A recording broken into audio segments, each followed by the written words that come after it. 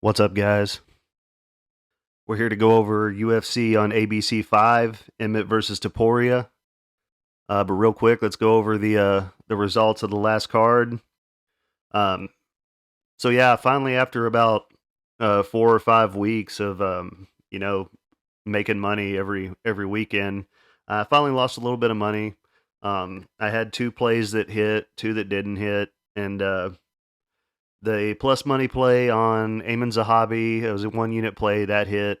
Had a 1 unit play on Dariush, and that one didn't hit. And then I had a half unit play on Builder and Dan Ige, and that one didn't hit. Um, so then after Builder lost, I went over and made another 2 fight parlay, which was this one right here. Dan Ige and Nasruddin Imavov. Obviously, I got screwed out of a lot of it because of the no contest. I mean, Imavov was winning that fight. This would have been a whole lot more money, because I ended up just getting paid for Dan Ige. So, my 2 1 unit plays basically canceled each other out, and this was a half unit play here. So basically, I broke even on those, and the only money that I lost was just the few $100 I had on these big parlays, about $200. I'm pretty used to losing that. That happens pretty much every weekend. Most of my big parlays never hit. I make all my money on the single plays and 2 fight parlays, so that's nothing I'm not used to. So it wasn't too bad, but obviously disappointed that I finally lost a little bit of money. But I would have came out all right if Imavov had got the win and it wasn't a no contest. I would have came out with some profit. Not much, but I would have came out with some profit. So unfortunately, it happens. It's just fortunate that I've had like 5 good weekends in a row. So it happens. So and so yeah, man. Um, so please like and subscribe, man. It would really help me out. It would do wonders for the channel, man, because if obviously I make a little bit of money betting on fights, but I don't make anything doing my YouTube channel. I've got to get at least 1,000 subscribers first, and I'm getting close to 300, and I've only been doing this I think I started doing this in February, so not too bad. But so what I do is I go through and I give out my picks for each of the fights, and then at the end of the video, I give out my bets for the card. And if I'm available on Pandora, Spotify, YouTube, Rumble, iTunes, most of the big streaming platforms. So, and if you don't want to watch the videos and you just want to see my picks and my bets, you can go over to my Instagram. It's high kick _ fight picks. Sorry. And you can see all my stuff on there. I also post all my my bet flyers and picks on my YouTube channel in the community tab. So if you're subscribed to my channel, they'll pop up in your feed and you'll be able to see them. But yeah, man, it's sorry if I sound a little worn out, man. It's getting up to almost 100 degrees right now in Texas, man, and I was out working on a roof all day and putting up siding and all that stuff. So I remodel houses, so I'm always out in the heat, but it's been pretty cool so far this year, and it's just now starting to get back up there again. So it's probably only going to get worse from here on out. So what else? I guess let's get into the card, man. Let's see what fights we've lost. We lost any? The only one we lost is Gregory Rodriguez versus Dennis Talulin, which is unfortunate because that would have been an easy win in my opinion. Gregory Rodriguez would have absolutely won that fight.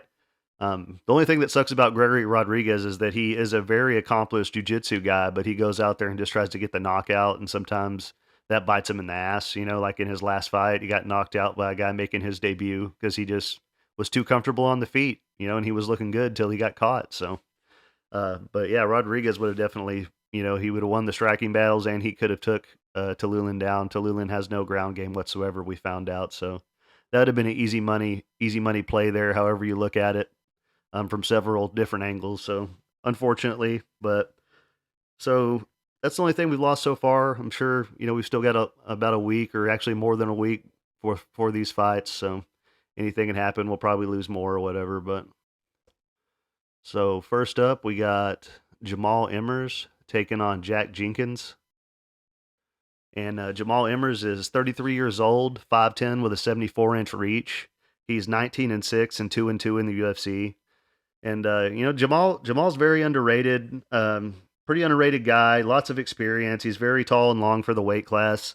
He's going to have a 6-inch reach advantage here, so that's something to worry about.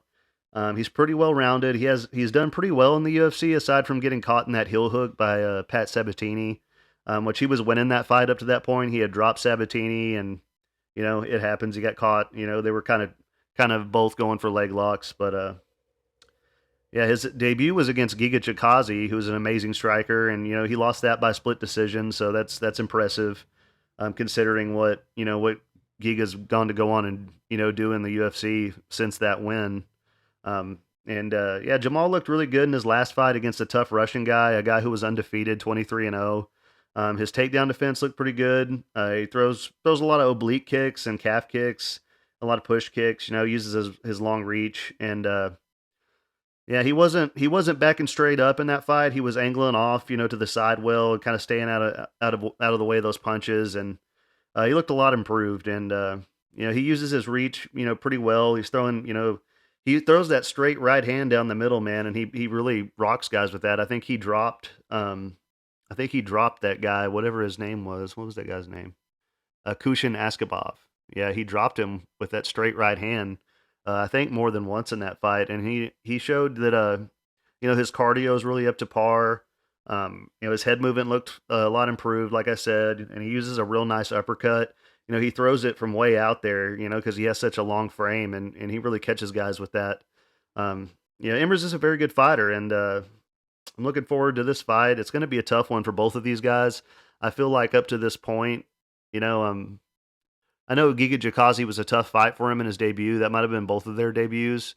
And Giga's gone on to really improve a whole bunch since then.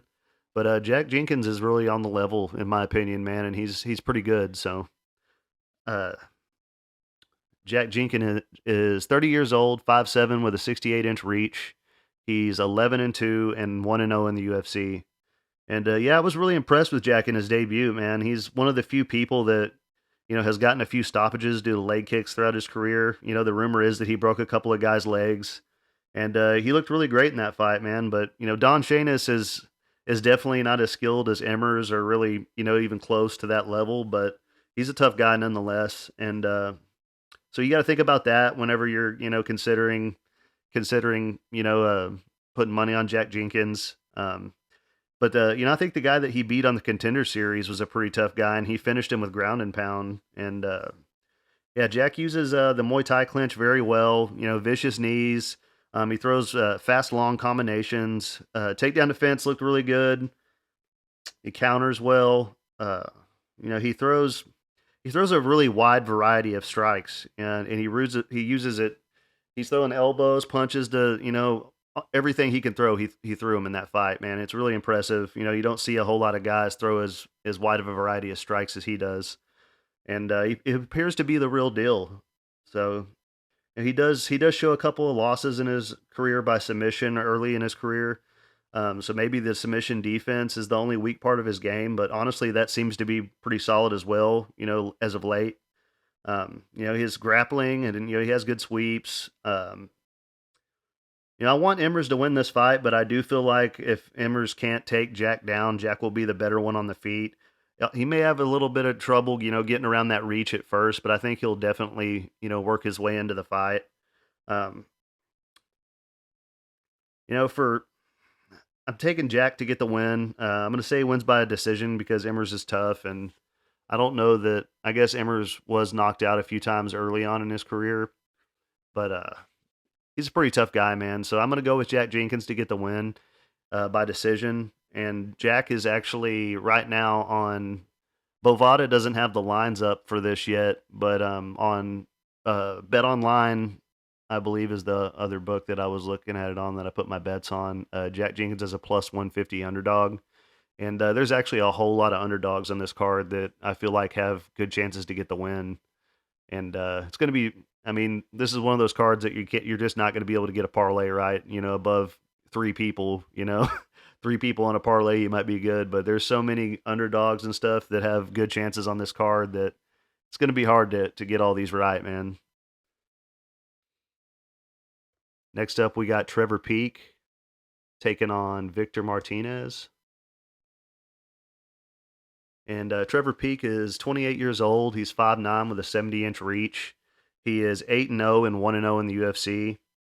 And yeah, Peak's a monster, man. All of his wins have been by knockout. He's got big power, really wild striking. He's tough. We've seen him take a beating and use his conditioning to come back and get the victory. That was on the Contender Series. That guy was way bigger than him, and that guy put a beating on him throughout the whole first round. And Trevor was able to come back and get the finish. Um, yeah, these guys have the same exact reach, so there's not an advantage there either way. He Peak throws good question mark kicks. Everything he throws is heavy and as hard as he can, which is something to worry about. He pushes forward constantly. He does get taken down a lot, but he's usually pretty good about getting back up to his feet. He never stays still. He's always moving. He's always going for something. So I do have my worries about him as he steps up in competition. The way he fought in his last fight, I have trouble believing that anybody could keep that up for 3 rounds. And but I can't wait to watch him fight, man. He's really a treat to watch. He's taking on Victor Martinez. He is 31 years old, 5'8" with a 70-inch reach. He is 13-5 and 0-1 in the UFC. And Victor has 8 wins by knockout. He's the more experienced guy of these two. But man, he got knocked out by Jordan Levitt. And I mean, Levitt is a good fighter, or a good grappler anyway, but he's not known for his striking, so it's not a good look that, to get finished by Jordan Levitt, due to strikes. Victor also has a loss to Eric Gonzalez, which is the guy that Pete just knocked out. And so yeah, man. Yeah, he's got good boxing, decent takedown defense. His best punches are his, straight punches, his 1-2 down the middle. So, if Victor wants the win, he needs to take Peak down, in my opinion, and which isn't normally how Victor fights. So, I mean, I don't really see him being able to get the win here, and I got to go with Peak here to get the win by knockout in round 1.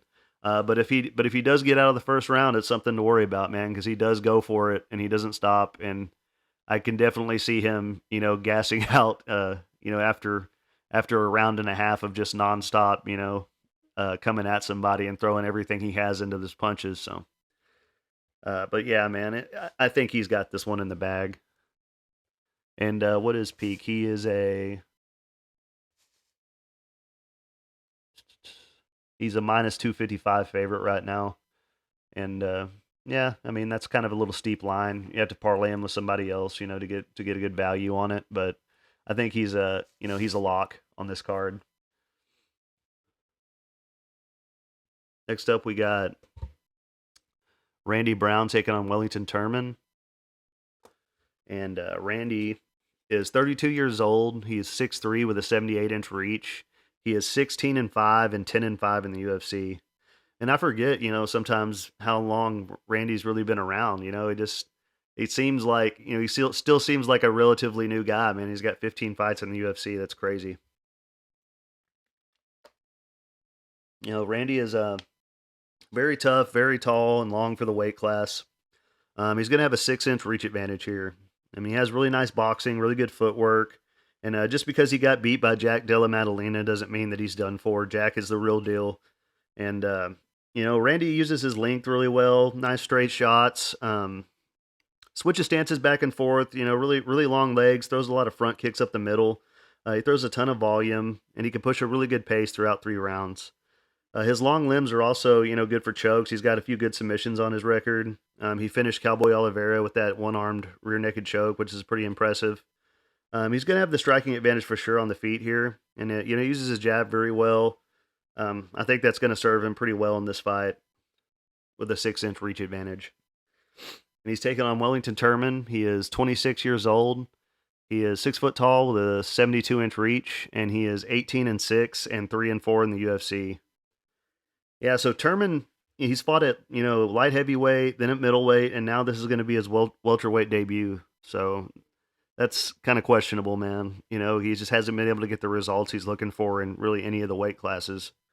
And unless Tapology has it wrong and Brown is going up to middleweight, which I seriously doubt. Um, if Turman wants to win this fight, he's going to have to take Brown down and try to get a submission, and he does have pretty good submissions. But I think Randy's up to par with his defense. Um, yeah, Turman has 8 submission wins on his record. He may even have a power advantage on the feet, but will he be able to use it? Will he get around that long reach of Brown's? And it's like I said, it's not a good look to be dropping down another class. He's a big guy. I don't really see him looking very healthy, getting down another 15 pounds to 170. So I'm going to be taking Brown to get the win by decision. I think he's going to land the volume and stay out of the way of the big shots. And it's possible he could get a finish. Turman's pretty tough, and dropping down another weight class, his chin could be out of there at that point, losing that much weight, and we'll see how he does, on the weigh-ins. So next up, we got Justin Tafa taking on Austin Lane. And Justin Tafa is 29 years old. He's 6 foot tall with a 74-inch reach. He is 6-3 and 3-3 in the UFC. And all of his wins have been by knockout. His last 2 wins have been over a couple of the lowest level heavyweights, that the UFC has had to offer. Let's look at it. Harry Hunsucker obviously never won a fight in the UFC. Parker Porter, he's not very good either. Although I did go with Porter over Tafa in that fight, and that made me look like an idiot. But at least I didn't put money on it. So, and he also has a loss on his record to Jaron Vandera, that's really not a good look. And it's hard for me to get behind Tafa simply for that reason. And he has good kickboxing. Him and his brother both do, but no ground game or submissions whatsoever. And everybody on Tapology is going with Tafa, which I find very crazy. He's going to be at a big height and reach disadvantage and a speed disadvantage as well here. So it's going to be a tough one for him. He's taking on Austin Lane. He is 35 years old, 6'6", with an 80-inch reach. He is 12-3, and this is going to be his UFC debut. And all of his wins have been by finish. Former football player. He can get takedowns, but mostly likes to fight on the feet. He beat an undefeated guy on the Contender Series. What was that guy's name? Richard Jacoby. He was a very tough Muay Thai kickboxer with a decent ground game. So yeah, he's made a lot of improvements since the beginning of his career. I know he went on the Contender Series once a long time ago, and he lost. He actually got knocked out by Greg Hardy, which isn't a good look, but he's really turned a corner, and he's made a lot of improvements and really stepped his game up and, got better with the grappling, the takedowns, all of that. He hits very hard. This is a fight that may come down to whose cardio is better or who's in better shape. Obviously looking at the two, Lane seems to be the guy that's in better shape. But he's never been out of the first round also, so that's something to worry about. But I'm willing to bet he's got decent cardio, 6 inches of reach and very fast and explosive. Uses his kicks very well for a big guy. Side kicks, front kicks, up the middle. Has had trouble in the past, getting stuck on bottom when he's taken down, but he was able in his last fight to fight out of the mount, reverse the position, and get a finish by ground and pound. So that's impressive. Tafa will not be grappling with Lane. Tafa is very tough. And I'll take Austin Lane to win by TKO via ground and pound. Tafa is very tough. I don't know if he's ever been finished. At least not in the UFC anyway. But I'll take Austin Lane to get the win. I think he's going to be a lot faster, and I think he'll be able to dance around and out volume, Tafa and use his reach very well and stay out of the way of the big shots. Sorry, I had to do some editing there. Fire alarm started going off in the middle of my video. As always, something's always going to mess it up, whether it be dogs barking or whatever. Next up, we got Neil Magny taking on Phil Rowe. And Neil Magny is 35 years old. He's 6'3" with an 80-inch reach. He is 27-10 and 20-9 in the UFC. I mean, basically his whole career almost has been in the UFC, which is crazy. And he's 35 years old. He's still got a few years left in him.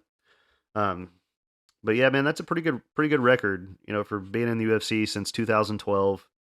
Uh, there's a lot of tall, long guys on this card, man. Looking at it, I mean, Neil's usually the tallest guy, other than Randy Brown in the welterweight weight class, and he's got the longest reach usually. But his opponent here, Phil Rowe, is the same height and actually has a half-inch reach advantage. So this may be the first time that we're going to be able to see Neil Magny fight somebody his same size. And most of his wins, the last few years have been by decision. Maybe one submission win, I think, over Daniel Rodriguez. Um, the last time he won by knockout was back in 2018. And Neil fights best in the clinch, and up against the cage and trying to get the takedowns and very good elbows and knees. But that's usually against shorter guys, so it's going to be interesting to see him, fighting somebody his size. And he'll definitely have the grappling advantage here. He may throw more strikes as well. And let's just look at Magny's record for a second. So he only has 7 wins by KO, only 2 losses by KO. Most of his wins have been by decision, man. Of course, he got outclassed by Gilbert Burns his last time out, but Gilbert's the man. Lost to Shavkat Rachmanov, he's the man too. And he won over Max Griffin, a split decision. And Jeff Neal, he got a lucky decision there. But he's fought all kinds of good people, man. Robbie Lawler, Anthony Martin, the Leech, Santiago Ponzinibbio, and Carlos Condit, Rafael Dos Anjos, Johnny Hendricks, Lorenz Larkin, Hector Lombard, Kevin Gastelum. He's fought a lot of tough guys. And he's taken on Phil Rowe. He is 32 years old, 6'3", with an 80.5-inch reach. He is 10-3 and 3-1 in the UFC. And I'm a fan of Phil's, man. All of his wins have been by finish. He lost his debut. He gave up a couple takedowns there to Gabe Green, which isn't a good look in hindsight. But he fought 2 wrestlers in a row after that, and he was able to work through the grappling and get the knockouts. And even though he did get taken down, he was able to get back to his feet and eventually get the win. His last fight he beat Nico Price, who's very tough. And yeah, Phil's gonna have a half-inch reach advantage, like I said. He's been competing in a lot of grappling tournaments, working on that part of his game. He's definitely going to have the striking and power advantage in this fight. If he can keep it at range, he will knock, Magny out. He's got good dirty boxing, throws hard shots to the body. He's made a lot of improvements. He's looked better each time we've seen him. His cardio seems to hold up pretty well as well. He's used to people pushing forward and trying to get the takedowns on him and the clinch. So, it's nothing he's not used to. Magny's game plan is pretty much how everybody tries to fight Phil Rowe. And his power carries over into the third round. That's when he knocked out Price, I believe, in the third. And, Magny should win this fight, absolutely. But, so don't listen to me on this, but I'm just going to go with my hunch. My gut's telling me to pick Rowe. But y'all probably shouldn't listen to me, but I'm going to take Phil Rowe to win by a late knockout, round 3. Next up, we got David Onama taking on Gabriel Santos. And this should be a very exciting fight. That's a possible fight of the night. David Onama is 29 years old. He's 5'11" with a 74-inch reach. He's 10-2 and 2-2 in the UFC. So Onama can beat anybody in the world for about half a round. And he gassed out badly in his last fight and looked horrible. After he did almost knock Nate Landwehr out in the first round. All of his wins have been by finish. But is he first round or bust? Is the real question. He hits very hard. He's going to have a 2.5-inch reach advantage here. And, he's no longer going to be with James Krause. He's going to be at a new camp. So it's possible that we're going to see a new David Onama here. If he has worked on that cardio and conditioning, he could absolutely win this fight. His striking is very sharp, and he's always live for a finish. Though he may have gassed out against Nate, we have also seen, the opposite of that, where, he took a beating against Gabriel Benitez and, got crap beat out of him for a little bit and was able to come back and beat Benitez and get the knockout. So, um, he is very tough. He went all the way through that fight with Landwehr, even though he was gassed. And, he's got a lot of potential, man. He's actually really good. It's just the conditioning that worries me. I mean, I would normally, if he didn't have the tendency to gas out, I would jump on him. No questions asked in this spot. Um, it's just that you got to worry about. But he is going to be at a new camp, and we're going to see what they've worked on and see if he's improved. And he's going to be taking on Gabriel Santos. He is 26 years old, 5'9", with a 71.5-inch reach. He is 10-1 and 0-1 in the UFC. And Santos looked pretty good in his short notice debut against Laurent Murphy. Had me worried for a bit there, actually, because I thought, I think I had money on Murphy, and Santos could have definitely won that fight. Just if it had been anywhere other than where it was. I believe that was over in Laurent Murphy's part of the world over in, I don't remember if it was in England or where it was at, the U2 or O2, sorry. Yeah, that fight really made me go back and take a good look at Murphy and who Murphy had fought up to that point, and just kind of made me seriously question if Murphy was really as good as everybody says he is. Um, I mean, it's just because Santos was a debuting fighter that nobody had ever heard of, and he came in there and he put up a good fight. Santos has good takedowns and submissions, very aggressive off of his back, throws very good hard kicks, switches stances a lot. He does get hit quite a bit, which can be pretty worrisome against a guy like Onama. This is a scary fight to pick. I mean, obviously everyone is going with Santos because the way Onama looked in his last fight.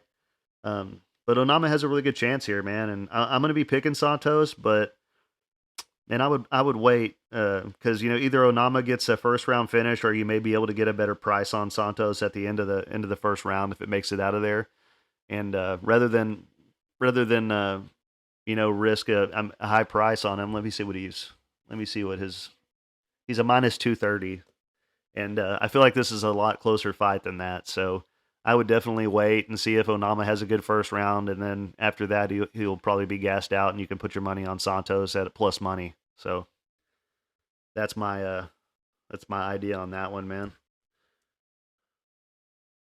And I am out of it. I am definitely out of it. It's way too hot today. Next up, we got Tabitha Richie taking on Gillian Robertson. And Tabitha Richie is 28 years old, 5'1", with a 62-inch reach. She is 8-1, and she is 3-1 in the UFC. Richie is she's very tough. She got knocked out in her debut against Manon Farot, but has won 3 since. Hasn't really fought anybody I consider to be super tough yet, though. She's going to be at a major size disadvantage here, but she's usually the smaller fighter in her fights, and she's fast. She'll have a striking advantage here. She throws a lot of volume. Only has 1 win by KO, though. She's very talented, man, and this will be a fight where we find out how good her takedown defense is, really, because, I mean, I think everyone's going with her here. Yeah, 71% are going with Tabitha Richie. And she's taking on Gillian Robertson. She's 28 years old, 5'5", with a 63-inch reach. She is 12-7 and 9-5 in the UFC. And yeah, Gillian's fought the way better competition. And all that was actually up a weight class. She will be the bigger, stronger fighter here, in my opinion. She's definitely going to have the grappling advantage. And if she can get the fight to the ground, she has great jiu-jitsu. And 9 wins by submission on her record. And I think the move down to strawweight was a really good decision for her. She looked really good in her last fight. She submitted Rose Namajunas in 30 seconds in a grappling tournament, and then immediately dropped down to Rose's weight class after that, because Rose is at the top of the division. So if she was able to do that quickly, I mean, that says a lot. And she's gonna have a 1-inch reach advantage, but I'm not gonna put money on this fight. I might include it on a big parlay or something, but I'm gonna pick Robertson to get the win just because I like my underdogs. I'm gonna say she gets a submission in round 2, but I'll probably be wrong on that one. But yeah, I like picking women's underdogs, so and I like Gillian Robertson. Next up, we got Maytu's Rebchecki. Is it Rebecki or Rebchecki? Taking on Loik Radzhabov. Maytuis is 30 years old, 5'7" with a 66-inch reach. He is 17-1 and 1-0 in the UFC. Yeah, this guy's on a 14 fight win streak right now. He's very well rounded. He has great wrestling and takedowns, very powerful punches. 8 wins by knockout on his record and 6 by submission. He pushes a really tough pace on guys. He throws all his punches very hard. Throws a ton of volume. Hard shots to the body a lot. Uses the uppercuts really well. Definitely going to have the cardio advantage here in this fight, I think. This is a scary fight to predict, though. I mean, Matuas is the real deal, but so is his opponent. And I didn't really realize how good his opponent was until his last fight. He proved to be very tough. Both these guys are built like tanks, but I think Rozvidov is going to actually be the bigger guy here, and probably the stronger guy. I do think Matua's cardio and him digging shots to the body could really serve him well in this fight. But this is a scary one, man, because Rozvidov hits very hard. So Rozvidov is 32 years old, 5'11" with a 68-inch reach. He is 17-4-1 and 1-0 in the UFC. And this guy's fought a lot in the PFL and over in Eagle FC. He looked really good in his debut, but he did slow way down in the third round. Both of these guys fought, pretty green fighters in their debut. And whereas Matua's really easily stayed in control of the fight, Rozvidov did get hurt a few times, in my opinion. He hits very hard, has good wrestling, got a lot of takedowns in that fight. He's never been finished. With his power, he absolutely has a good chance to win this fight. He uses nice trip takedowns, good double legs. He does slow down a little bit, but also he was pushing a really heavy wrestling pace in that fight, so that could have had something to do with it. He will have a 2-inch reach advantage. I feel like this fight could go either way. I think if Matuas can wear on Rozvidov and get him out of the first round, he's got a good chance there. I believe it's pretty close to a pick'em. Let me see. Yeah, Rozvidov's a plus 105. Matuas is a minus 125.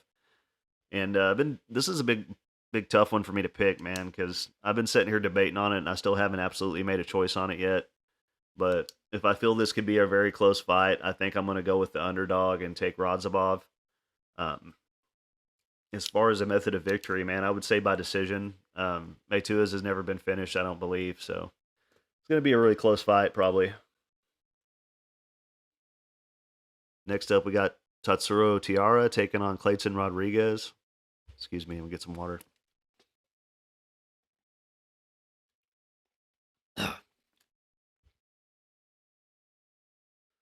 Tatsuro Tiara is 23 years old, 5'7" with a 70-inch reach. He is 13-0 and 3-0 in the UFC. Tiara is an amazing grappler with very good submissions. Good submission defense. He's looked better every time we've seen him. He's very long for the weight class. He's going to have a 3-inch reach advantage. He has very good top pressure. He's hard to get off, get him off of you after he's on top of you. He throws good straight strikes on the feet. He fights very long. If that made sense. He can grapple for 3 rounds, no problem. He's got very good cardio. This is very much a clash of, styles, grappler versus striker. The game plan, is pretty much always the same with Tiara. He's going to take you down, and he will get the takedowns. Even though he primarily grapples, he did hold his own on the feet, against CJ Vergara, and had his good moments in that fight. But his game plan is definitely going to be to get the takedown and get the submission. And he's taking on Clayton Rodriguez. He is 27 years old, 5'6" with a 67-inch reach. He is 8-2 and 1-1 in the UFC. Clayton's a great Muay Thai striker, very powerful. This is a very bad matchup for him, though, because if CJ Vergara could take him down, take Rodriguez down, then Tiara is definitely going to be able to. Clayton's always gonna have a puncher's chance. His striking is very good. He's very powerful. He has had trouble with the cardio and with making weight, so you got to look at that. Because if he misses weight, his cardio is definitely going to be bad. But outside of him landing a big shot at the beginning of the fight, I don't think he's going to be able to get the win here. So I got to go with Tiara to get the win by submission in round 2. Next up, we got Brendan Allen taking on Bruno Silva. Brendan is 27 years old. He's 6'2" with a 75-inch reach. He is 21-5 and 9-2 in the UFC. And that's a pretty good record, considering he's in the UFC and he's really impressed me here lately. In his last fight, submitting the submission king Andre Muniz, so that was unexpected. And Allen showed us that Muniz really doesn't have anything off of his back. That fight was kind of the opposite of what I thought was going to happen. Muniz actually looked better on the feet, and Allen was way better on the ground. So I guess you never know. But Brendan is a very good grappler. He has very good jiu-jitsu. His striking has came a long way since early in his UFC career. Going back and looking at his record, his wins haven't been against the best of competition. I mean, he beat Kevin Holland, but Kevin should have been fighting at welterweight, and he only lost to Chris Curtis and Sean Strickland. So even though his striking has gotten a lot better, I don't think he should mess around on the feet with Silva. Um, looking at his two losses, he lost to good, powerful strikers, which Silva is, and also when you think about it, Sean Strickland doesn't finish anybody, and he finished Allen, so there's that to think about. The chin. So Brendan needs to get the takedowns and get the submissions to get the win. And he has a really good shot, man, and I think he's a favorite in this fight. Let me see.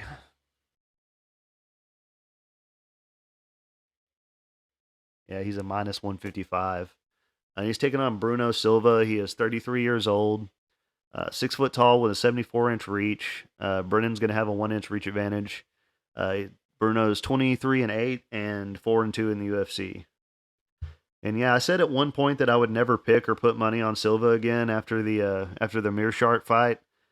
He gassed out bad in half a round in that fight, and he looked really bad and got submitted. I mean, it's crazy because this is a guy that went 3 rounds with Alex Pereira and then turns around and gets submitted by Meerschaert. So it's a pretty drastic, difference there. But he did turn around and he looked very good in his last fight against Brad Tavares. And although that may have been an early stoppage, he did drop Brad and hurt him really bad. And I'm still curious about the cardio. That fight didn't go out of the first round, so I didn't really answer the questions I had about the cardio. But Bruno's a very powerful striker. He's kind of wild. He'll tuck his chin and just throw everything he's got. He's got 20 wins by knockout, 0 by submission, but he does have 6 losses by submission. So there's clearly a path to victory there for Allen. But can he get around Silva's power, is the worry. So, like I said, Allen's a minus 155 favorite, and Silva is a plus 135 underdog. This is another one I kind of want to pick Silva, but I said I'd never do it again, so I'm going to go with Allen to win by submission, and we'll say round 2 submission. And next up, we got Punahele Soriano taking on Cedricus Dumas. And Soriano is 30 years old. He is 5'11" with a 72.5-inch reach. He is 9-3 and 3-3 in the UFC. Yeah, Soriano is another guy that I said I would never pick or put money on again after he gassed out in half a round his last time out. And but they are putting me in a position here where I may have to pick him. I mean, he's very powerful. He throws everything into his shots. He's gave up takedowns in the past, but he's pretty good at scrambling back to his feet. And I like Soriano. I mean, he has tons of potential, but he really just needs to slow down and throw some jabs and ease his way into the fight and make it out of the first round and conserve some energy. I'm sure his camp knows that. I'm sure he knows that. I'm sure that's something they've been working on. He is a good striker. I mean, if he eases into the fight, the KO will come. He'll get the knockout. He doesn't have to chase it. He's exciting to watch, but it won't matter if he gasses out in the first round, and then we probably won't see him anymore after that. I would say out of these two guys, if Soriano wants to, he's probably the one that could get the takedown if he wanted, but I doubt he'll try. That's not really how he fights. He's taking on Cedricus Dumas. He is 27 years old, 6'2", with a 79-inch reach. He is 7-1 and 0-1 in the UFC. And I was pretty high on this guy coming into the UFC. He looked real good on the regional scene and on the Contender Series. But he showed, a lot of inexperience in his debut. He struggled with the takedowns and the submission defense. Dumas is very powerful. He throws He throws really hard, and he's got a good variety of kicks and punches that he uses. He's also going to have a crazy 6.5 inch reach advantage here, which could serve him very well in this fight. That's kind of what was costing Soriano in his last fight. He was fighting Roman Kopylov, who had a height and reach advantage on him that was just battered him with that jab. And yeah, I could definitely see Dumas really busting Soriano up. But both these guys like to strike, so anything could happen here. And I believe Soriano is actually a really big favorite. And I was hoping he really wouldn't be. uh, where is it? Yeah, Dumas is a plus 185 underdog, and Soriano is a minus 220. And yeah, it's hard. I know you got to kind of pick the lesser of two evils here because neither of these guys really look that good. Um, and I just don't. I think the values on Dumas. Can't see myself putting that much on Soriano. I kind of want to pick Dumas, man. It's going to be a striking battle. That's both of these guys are good strikers. Um, Man, this is a, and I'm sure Dumas has got the better cardio out of these two guys. So you know what? I'll pick Dumas, man. I don't know that I'll be able to get around to putting money on him, but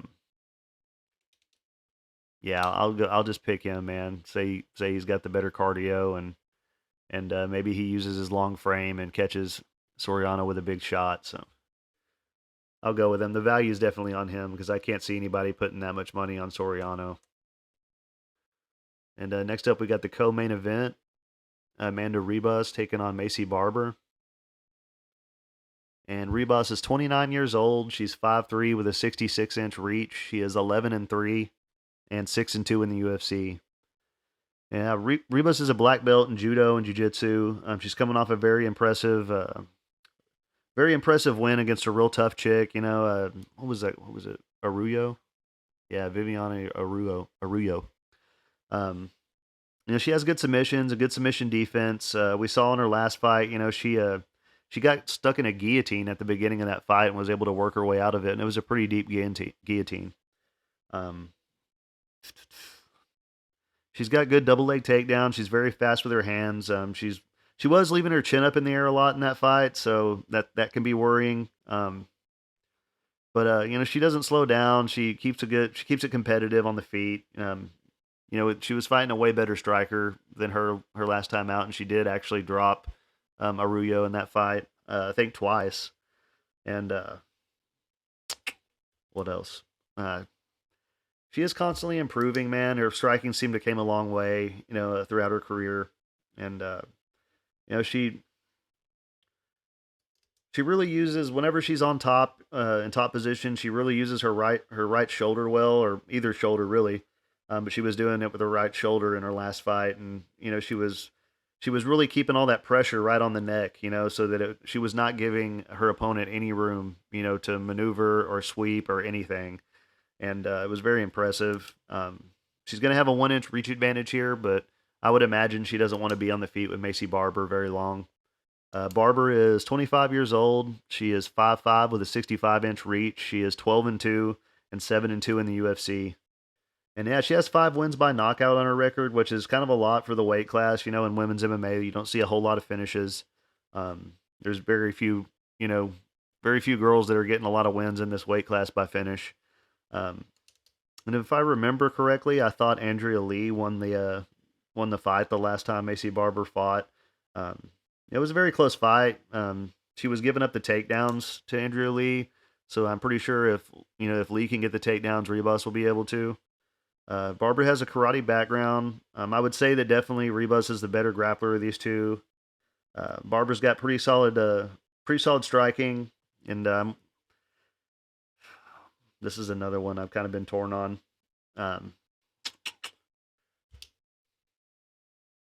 Let's look at the odds. Rebus is a minus 180 favorite. Barber's plus 155. So I guess I would rather go with the grappling of Amanda Ribas in this spot. Um, and I'll take her to win by decision, man. I say she might have a little bit of trouble in the first round, but I think she'll be able to get the takedowns and control Barber on the ground. I don't think she'll be able to submit Barber, but it's possible. Next up, we got the main event. Sorry if I'm out of it today, guys. I keep messing up, talking and everything. Maybe I should just redo this whole video. I'm out of there. Um, got Josh Emmett taking on Ilya Topuria. And this is going to be a really good fight, man. I'm really looking forward to it. I imagine that people are going to come after me and tell me I'm pretty dumb for what I'm doing on this fight, but Josh Emmett is 38 years old. He is up there in age. 5'6" with a 70-inch reach. He's 18-3 and 9-3 in the UFC. Yeah, Josh has a wrestling background. He doesn't use it very much. He's kind of fell in love with the hands and trying to get the knockouts. He's very explosive and powerful. Trains at Team Alpha Male.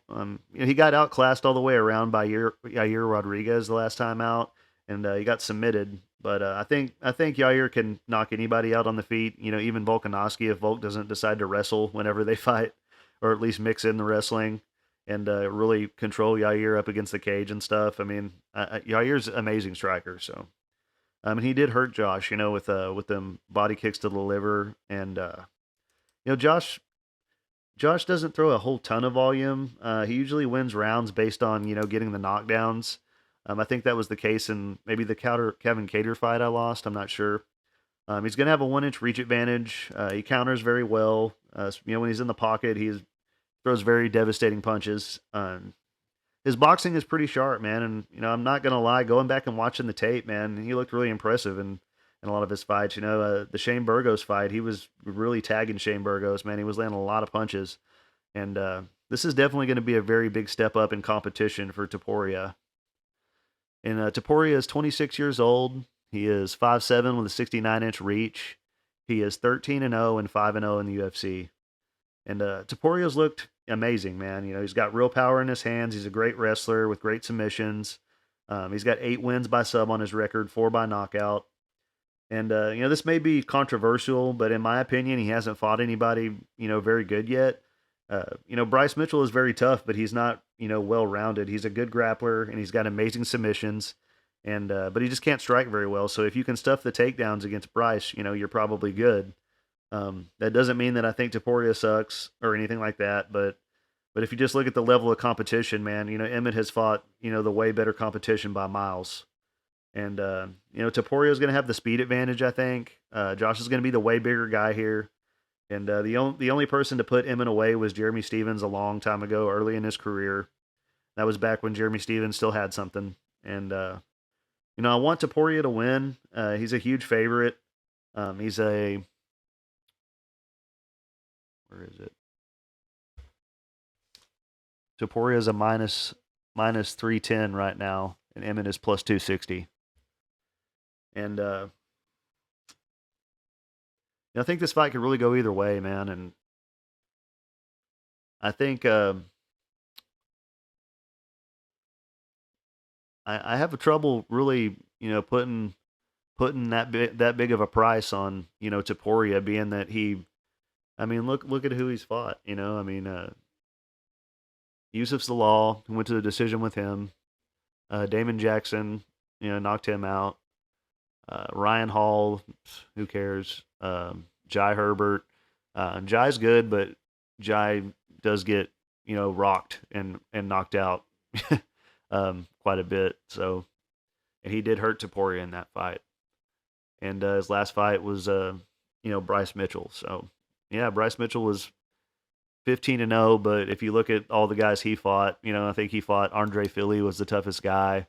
But yeah, if you can stuff Mitchell's takedowns, you're pretty good because he's not a very good striker. So he, in my opinion, he's not super well rounded, and he's better than I am. Fuck, I can't fight anybody anymore. I'm old. So, but man, I think I'm gonna pick Josh Emmett. I'm gonna go with what I know. And I know watching the tape on these guys, I know that I sat there and watched, Josh Emmett fight all the toughest guys in the division. Mirsad Bektik, he was very good. Shane Burgos, Dan Ige, Calvin Cater. Let's look at who else he's fought. He fought Yair Rodriguez. Of course, he lost. He beat Michael Johnson, knocked him out. Knocked out Ricardo Lamas. It does show a loss to Des Green. That's not a really good look, but I mean, yeah, I guess he's definitely fought the tougher competition. I mean, especially in his last few fights. So yeah, it's a real tough thing. I mean, I think the value's on Emmett, man, and I don't know, man. I'm probably going to be proved wrong. I know Topuria is an amazing fighter, but I think Emmett is going to have the power advantage. Emmett hits very hard. Um, he's fought the better competition, so we're going to find out. Um, and I don't know, man. Like I said, I want Topuria to win. This is kind of a hard pick for me. Um, I do want Topuria to win. I even think he's probably got a good shot at winning. It's just that the value, man. That price is really big on him, being that this is the toughest guy he's ever fought, and that Josh Emmett is just coming off fighting for an interim title. So I'll take the underdog shot on Josh Emmett. I guess I'm still struggling. I kind of want to pick Topuria. I know everybody's going to be going with Topuria. Um,